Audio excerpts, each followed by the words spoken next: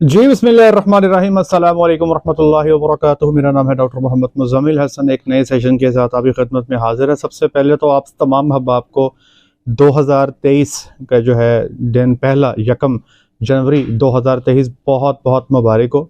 अल्लाह की ज़ात से दुआ है कि अल्लाह की ज़ात 2023 के साल को मेरे लिए, आपके लिए, हम सब के लिए, पूरे पाकिस्तान के लिए, पूरे उम्मत मुस्लिमा के लिए एक बेहतर और बेहतरीन साल जो है साबित करे। पाकिस्तान के लिए ख़ुसूसन जिस किस्म के मुआशी जो है ना जी मसाइल में हम लोग फंसे हुए हैं, और सब जानते हैं कोई लुक छुपी चीज़ तो है नहीं।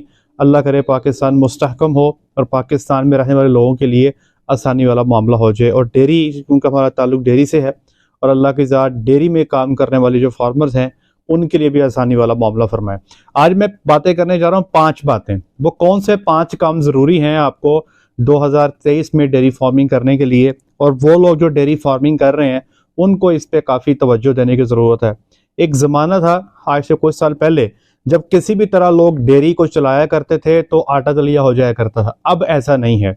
अब आपको बहुत प्रोफेशनल होकर चलने की ज़रूरत है, जमा तफरीक करने की ज़रूरत है, ज़रबे तकसीमें देने की ज़रूरत है। अब प्रोफेशनल अगर आप नहीं करते काम तो ये आपको बहुत लंबा चौड़ा नुकसान जो है ना ये आपको दरपेश हो सकता है। तो मैंने कुछ पॉइंट्स लिखे हैं, अपनी थोड़ी वर्किंग की है। आपको किन चीज़ों को देखना है? सबसे पहले तो आपको पता है सोयाबीन मील का फटा अब तकरीबन क्लियर हो ही गया है कि सोयाबीन मील तो आपको अवेलेबल नहीं होगी। तो मोस्टली सेटअप्स में सोयाबीन मील जो है उसको लोग ख़त्म कर चुके हैं, कुछ ख़त्म कर रहे हैं। तो सोयाबीन मील बेसिकली था क्या? ये एक प्रोटीन का बहुत अच्छा सोर्स था।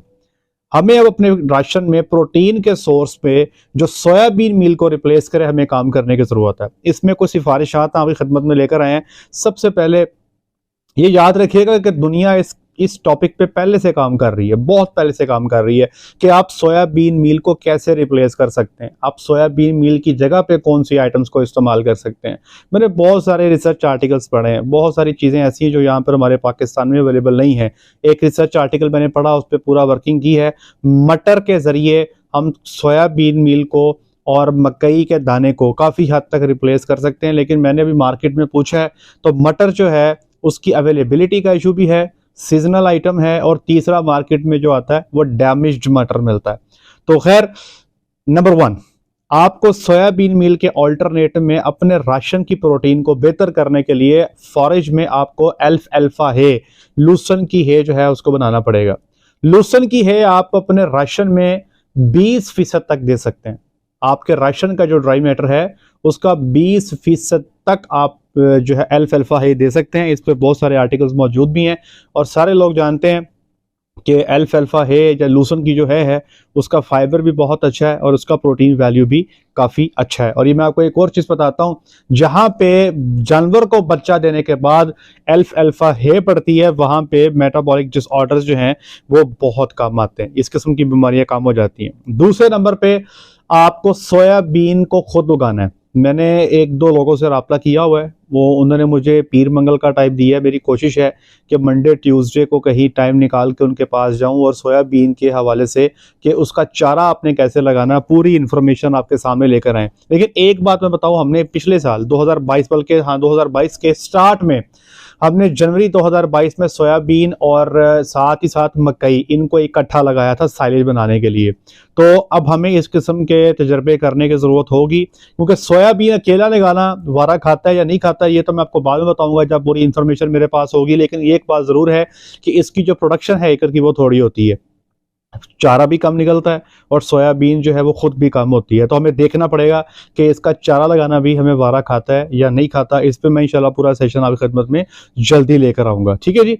तो एक तो आपको अपना सोयाबीन को अल्टरनेट ढूंढना है, उसमें मैंने 2 चीज़ें बता दी हैं आपको। एक तो सोयाबीन का चारा जो हम मकई के साइलेज के साथ लगाएंगे, इस पे अभी वर्किंग जारी है। दूसरा लूसन की है, ये हमें इनकॉर्पोरेट करनी है, लाजमी करनी है। पहले ऑप्शनल आइटम होती थी, अक्सर लोगों के पास नहीं होती थी।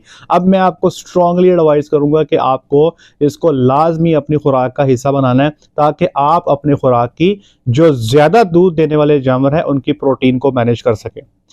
अगला पॉइंट है जी, अब आपको जो फार्म पे ऐसे जानवर, पॉइंट नंबर 2, ऐसे जानवर फार्म पे जो बिल्कुल फार्म पे बर्डन है उनको फार्म से निकालना है। ठीक है जी, शौक करने का ना जी अब टाइम रह नहीं गया। एक ज़माना होता था, बड़ा बड़ा शौक कर लिया करते थे, अब नहीं शौक हो सकता क्योंकि अब चीज़ें बहुत महंगी हो गई हैं। तो मेरा मशवरा ये है कि तमाम अहबाब अपने फार्म पे हर 4 महीने के बाद मुकम्मल असेसमेंट करें। वो जानवर जो आपको लगता है कि अगले 1 साल में भी आपको प्रॉफिट नहीं देगा, उसको निकाल के बाहर करें। जैसे मिसाल के तौर पे एक जानवर है, 6 माह के प्रेग्नेंट ने बच्चा फेंक दिया और वो उसके नीचे दूध भी नहीं है, ठीक है जी, और किसी वजह से या कोई जानवर प्रेग्नेंट नहीं हो रहा, तो बजाय इसके पूरा साल संभालें, बाद में भी बच्चा पूरा आता है नहीं आता आपको नहीं पता, बेहतर है कि ऐसे जानवर को निकाल के जो फार्म के अच्छे प्रोडक्टिव एनिमल्स हैं उन पे पैसा लगाएं। ये ना हो कि फार्म के निकम्मे जानवरों की वजह से फार्म के जो अच्छे जानवर हैं उनको भी खुराक ना मिले। मैंने अक्सर देखा कि फार्मर्स को एक जो अजीब सी लत होती है कि हमारे फार्म पे इतने जानवर हो गए, इतने नंबर ऑफ हेड्स हो गए। अब क्वालिटी हेड्स पे काम करने की जरूरत है। कोई बंदा आपके फार्म पे आके गिनती नहीं करेगा कि अगर आपने 250 बोले हैं तो 250 पूरे कराओ, किसी ने आपके आके पूरे नहीं करने। आप बेशक हर बंदे को कहे जी मेरे 400 हेड्स हैं, वो हसारे तालियां भी मारेंगे, आपको शाबाश भी देंगे, लेकिन फार्म पे सिर्फ प्रोडक्टिव एनिमल रखें जो आपको मुनाफा दे रहा है। वो एनिमल जो मुनाफा नहीं दे रहा, जो दर्द सिर है, उसको निकाल के आपको बाहर करना होगा। ये 2 पॉइंट हो गए। पॉइंट नंबर 3, आपको जो सीजनल आइटम्स मिलती हैं जो सस्ती हैं उन पे काम करने की जरूरत है। जैसे आजकल वो लोग जो सरगोदा और उसके गिरदोनवा में रहते हैं, सबको पता है कि सिट्रस पल्प, माल्टे का छिलका, माल्टे का फोक कहते हैं शायद इसे, वो इस वक्त बड़ा अवेलेबल है। तो मेरे एक फार्मर हैं, उन्होंने मुझे वीडियो बना के भेजी, बहुत अच्छे तरीके से उन्होंने इसका साइलेज बना के इसको सेव किया। कैसे किया? मैंने उनको ये रिकमेंड किया था कि 35 किलो तूड़ी और 65 किलो आपने बीच में शामिल कर लेना सिट्रस पल्प। इसको लेयर बाय लेयर आप जो है ना जी इकट्ठा करें, फिर इसके ऊपर ट्रैक्टर चलाएं, फिर इसको बंद करने साइलेज बन जाएगा। अगर तूड़ी की जगह पे आपके पास रोड ग्रास की हे हो तो फिर ये सोना बन जाएगा। हाँ, अगर रोड ग्रास की हे आपके पास मौजूद नहीं है तो तूड़ी के जरिए आप इसको सेव कर सकते हो।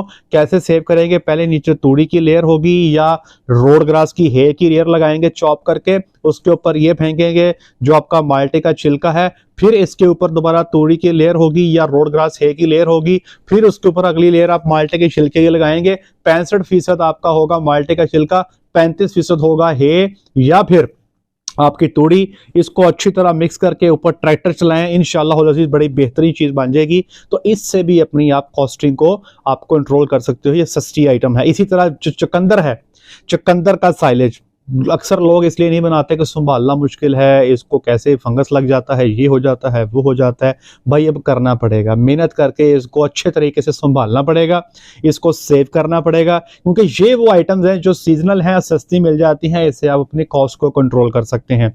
आलू का साइलेज भी बनाया जा सकता है, मैंने इस पर भी एक सेशन किया हुआ है, नीचे डिस्क्रिप्शन में लिंक दे देता हूँ। आलू का साइलेज कैसे बनाना है वो भी आप जाके देख सकते हैं। 3 बातें होंगी। पॉइंट नंबर 4, आपको अब अपने दूध की मार्केटिंग पे लाजमी काम करना है। अब हो नहीं सकता कि कितनी देर तक आप 120 में दूध पैदा करके 110 में बेचते रहेंगे, या 125 में दूध पैदा करके 112 में कितनी देर तक बेच लेंगे? अखीर पे जवाब दे जाएंगे। आपको लाजमी दूध की मार्केट पे काम करना है। इसके लिए मैं अपने फार्मर्स को कहता हूं कि 20% दूध जो है, 15 से 20% दूध भैंस का, 80 से 85% दूध गाय का, आप ये मिक्स करके मार्केट में लेकर जाएं और फिर देखिएगा कि कैसे हाथों हाथ आपका दूध बिकेगा। आपकी सोच होगी। मेरे घर पे जो दूध आता है वो इसी फार्मूले के तहत आता है, मेरे रिश्तेदारों को जो दूध जाता है वो भी इसी फार्मूले पे जाता है। और जो दूध वो पहले इस्तेमाल कर रहे थे वो कहते थे डॉक्टर साहब ये जो आपकी तरफ से आ रहा है ये तो बहुत ही अच्छा दूध है, हालांकि उसमें भैंस का दूध सिर्फ 15% है, 15 से 20%, लेकिन सब जो है ना हैरान है दूध की क्वालिटी देख के। तो आपको कंज्यूमर तक पहुंचना है, आप कंज्यूमर तक जाके अच्छी क्वालिटी दे के आप दूध के रेट को भी कंट्रोल कर सकते हो, अपने अखराजात को भी कंट्रोल कर सकते हो, अपनी दूध की इकोनॉमिक्स को बेहतर कर सकते हो। मुश्किल काम है, लेकिन भैया बाबा बिजनेस में रहना तो कुछ ना कुछ तो करना पड़ेगा ना जी। आखिरी पॉइंट जो मैं 5वां आपसे डिस्कस करने जा रहा हूं अब है ट्रेडिंग। फार्म को अब सिर्फ दूध का फार्म ना बनाएं, डेयरी फार्म जिन जिन लोगों के बने हुए ट्रेडिंग लाजमी करें। अब देखिए मिसाल के तौर पे इस वलैती गाय जो है 9-9.25 लाख की बच्ची आ रही है प्रेग्नेंट 3 से 5 माह की।